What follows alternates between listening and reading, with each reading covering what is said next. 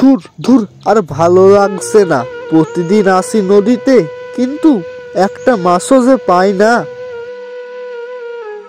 তবু আজকে একটা মাছ পাইছি, কিন্তু এই মাছ বেচে কি সংসার চলে না সংসার চালানো যায়?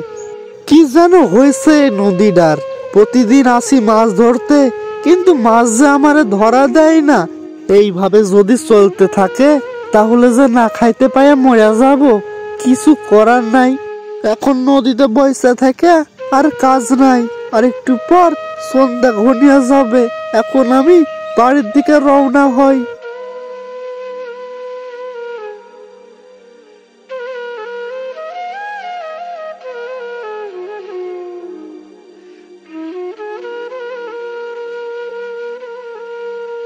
কি হয়েছে তোমার? আজ যে তাড়াতাড়ি বাজার থেকে চলে আইলা, মাছ বিক্রি হয়েছে না মাছ পাওনি নদীতে? না গিন্নি, আজ নদীতে মাছ পাইনি, তবে একটা মাছ পাইছি। সে মাছটা রান্নাঘরে রাখা আছে, ওটা আজ রাইধো। কিছু করার নেই গিন্নি, আমি প্রতিদিন নদীতে যাই, তবে মাছ যে এক মাছ ধইরা আমাকে ধরা দিতে চাই না। আমি কি করব গিন্নি বলো? সবই বুঝি গো, কিন্তু কি করা যাইবে? সংসার চালাতে গেলে যে অর্থের খুব প্রয়োজন, সেটা না থাকলে যে সংসার চলবে না। আর আমাদের মেয়ে চম্পা, সেও তো বড় হচ্ছে, তারও তো বিয়ে শাদী দিতে হবে, তাই না? সবই বুঝি গিন্নি, কিন্তু কিছু করার নাই। ভাবছি কাল থেকে মাঠে কাজে যাইব, না হলে যে একেবারে না খেতে পেয়ে মারা যেতে হবে গিন্নি। হ্যাঁ গো, সবই বুঝতে পারছি, কিন্তু তুমি যে জেলে, মাছ ধরা আর মাছ বিক্রি করাই যে তোমার কাজ, তুমি কি মাঠে কাজ করতে পারবে?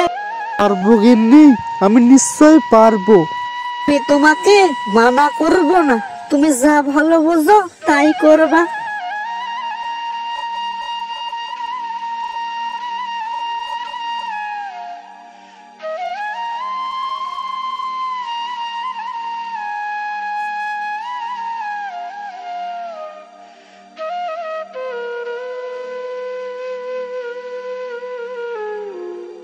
বুঝলাম মা, আমি অনেক দূর থেকে এসেছি, খুব তৃষ্ণা এবং খিদে পেয়েছে, কিন্তু কারোর কাছে মুখ ফুটে বলতে পারছি না।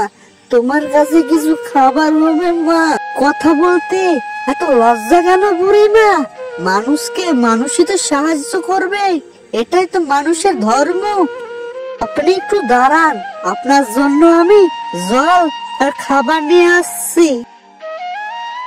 বুঝলে মা, আজ তোমার বাড়িতে জল আর খাবার খেয়ে আমি তৃপ্তি পেয়েছি।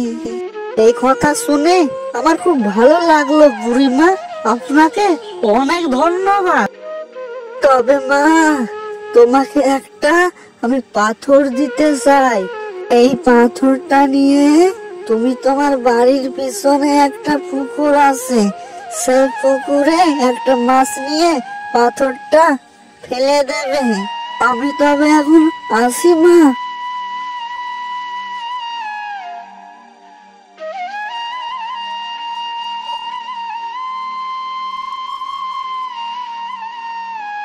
বুঝলে গিন্নি, কেউ আমারে কাজে নিল না, আমাকে সবাই যা যা বলে তাড়িয়ে দিল।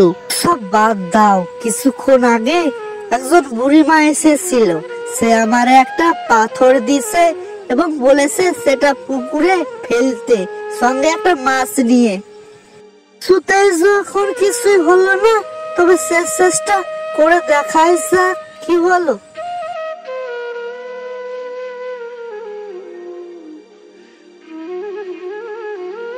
প্রতিদিন রাতে এখন জেলের বাড়ির পিছনের পুকুরে ইলিশের বৃষ্টি পড়ে।